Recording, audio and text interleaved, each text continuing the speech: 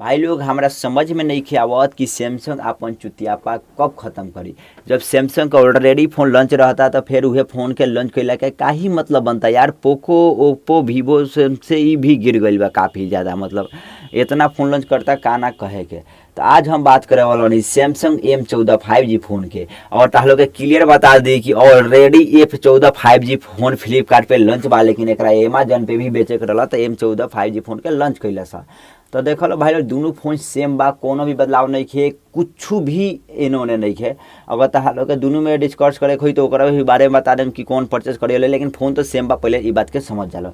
तो चलो भाई लोग एक रिव्यू ओकरा तहा लोग के बताओ तनी, एक बारे में सब कुछ जानकारी देता कि फोन कैसे बा कैसे नहीं थे। सबसे पहले बात कर लिए एक डिस्प्ले के, तई में तहा लोग के 6.6 इंच के एगो फुल HD प्लस डिस्प्ले देखे के मिली, जो कि 90 हर्ट्ज रिफ्रेश रेट के साथ बा। ओकरा साथ ही तालो के क्लियर बता दी कि जो एक डिस्प्ले क्वालिटी बा डिसेंट बा, कोनो खास अच्छा नहीं के एमोलेड डिस्प्ले रही तो ज़्यादा मजा आई। ओकरा साथ ही भाई लोग के तालो के और एगो जरूरी बात जानल बेहद ही जरूरी रही कि ई फोन में गोरिल्ला ग्लास 5 के प्रोटेक्शन दिले बा, लेकिन दिक्कत का बा कि कैमरा का जो मॉड्यूल बा वाटर ड्रॉप कहल जाओ यू शेप में कहल जाओ कैमरा मॉड्यूल वैसा दिले बा, काफ़ी ज़्यादा चुतिया टाइप के फीलिंग दिलाई, मतलब 5-6 हज़ार का फोन जैसा फीलिंग बा।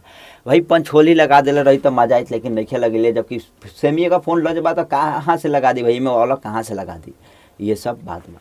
इनमें लागल बा एक्जाइनोस वाला 1330 वाला प्रोसेसर, जो कि 5 नैनो पर बेस प्रोसेसर बा।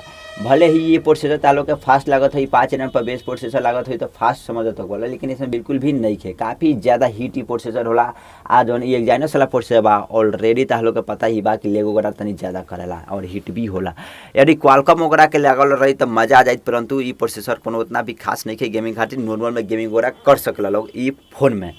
कैमरा के बात कल जाओ तो इनमें तालो का 50 MP के कैमरा देखे के मिली, बैक में एगो सिंगल आ 2 और डमी कैमरा देखावे खातिर तालो के देखे के मिली। 2 MP के माक्रो, 2 MP के डेप्थ जाना के कोनो भी रिक्वायरमेंट नहीं है, कबो भी इस्तेमाल ना कर बोलो, काही के इस्तेमाल कर बोलो हमें समझ नहीं कर, मतलब 2 MP का माक्रो कैमरा कौन इस्तेमाल बा भाई का कर बोलो, उसके कोनो भी इस्तेमाल क्यों ना कला, भले ही फोन बिगा जाओ फूट जाओ खराब हो जाओ, लेकिन इस्तेमाल को कहियो ना होला। तो इस सब बात बाटे कि माक्रो कैमरा एगो दिले बा, एगो डेप्थ दिले बा, एक हटा के अल्ट्रा वाइड दिले रही तो मजा जाए। और कैमरा क्वालिटी की बात करिए मेन वाला 50 MP के, तो एक क्वालिटी ठीक ठाक बा, डिसेंट बा।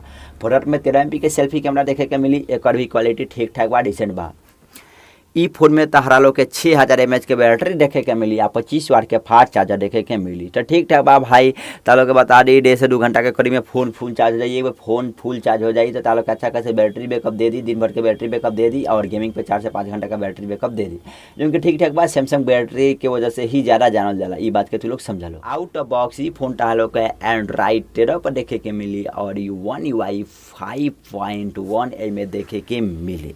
अब देखो लो भाई लोग ये बिल्कुल ही लेटेस्ट बा, आज साथ ही में सबसे अच्छा का लगल कि 2 साल के मेजर अपडेट दी और 4 साल के सिक्योरिटी अपडेट दी, मतलब 2-4 साल बाद भी हमने का फोन न्यू ही रही सॉफ्टवेयर से, तो 2 साल हमने के न्यू ही रही। और यदि देखा जाए तो काफ़ी तक मजा आ जाए, मतलब खुशी मिलल देख के मजा आ गई, एकदम नाइस काम कर। ई फोन में तारा लोग के साइड माउंटेड फिंगरप्रिंट देखे के मिली, आलू को वगैरह भी ठीक ठाक ही बा, ई फोन के कोनो खराब नहीं की। फोन तारा लोग के 2 वेरिएंट में देखे के मिली, 4/128, 6/128। यदि 4/128 वाला परचेज करता लोग तो 14,990 रुपया, 6/128 वाला 16,990 रुपया। और ई प्राइस पे थोड़ा ओवर प्राइस बा, भले ही 13,000 के आसपास में रही, 6/128 वाला वेरिएंट तनी मजा आई। अगर तहा लोग परचेस करे के बाद F14 भी परचेस कर सकता लोग, अगर फ्लिपकार्ट पे इस सस्ता मिलो। F14 फ्लिपकार्ट पे बा, M14 तहा लोग के अमेजन पे बा, तो तहा लोग दोनों में देख ले बा कौन सस्ता पड़ता, दोनों में कोनो ले सकता लोग। सेमी फोन बा, अगर तहा लोग ई फोन परचेस ही करे के बाद नहीं के परचेस करेगा तो एक ऐसा अच्छा फोन के रिव्यू हमारे चैनल पर पूरा जाके देख सकला लोग। 5G ही फोन के हम तहा लोग के बात करे तनी देख लो भाई लोग, तहा लोग के सब कुछ बता दे बनी फोन के बारे में। तहा लोग का सुझाव बा जल्दी से कमेंट करो, कमेंट करके बताओ लोग। हम ही वीडियो के नहीं खींचा ज़्यादा लंबा खींचे, कैसे काफ़ी ज़्यादा गर्मी बा। तो चलो भाई लोग मिलते हैं एगो अगला वीडियो में, तब तक बाय बाय, जय हिंद, जय भारत, जय बिहार।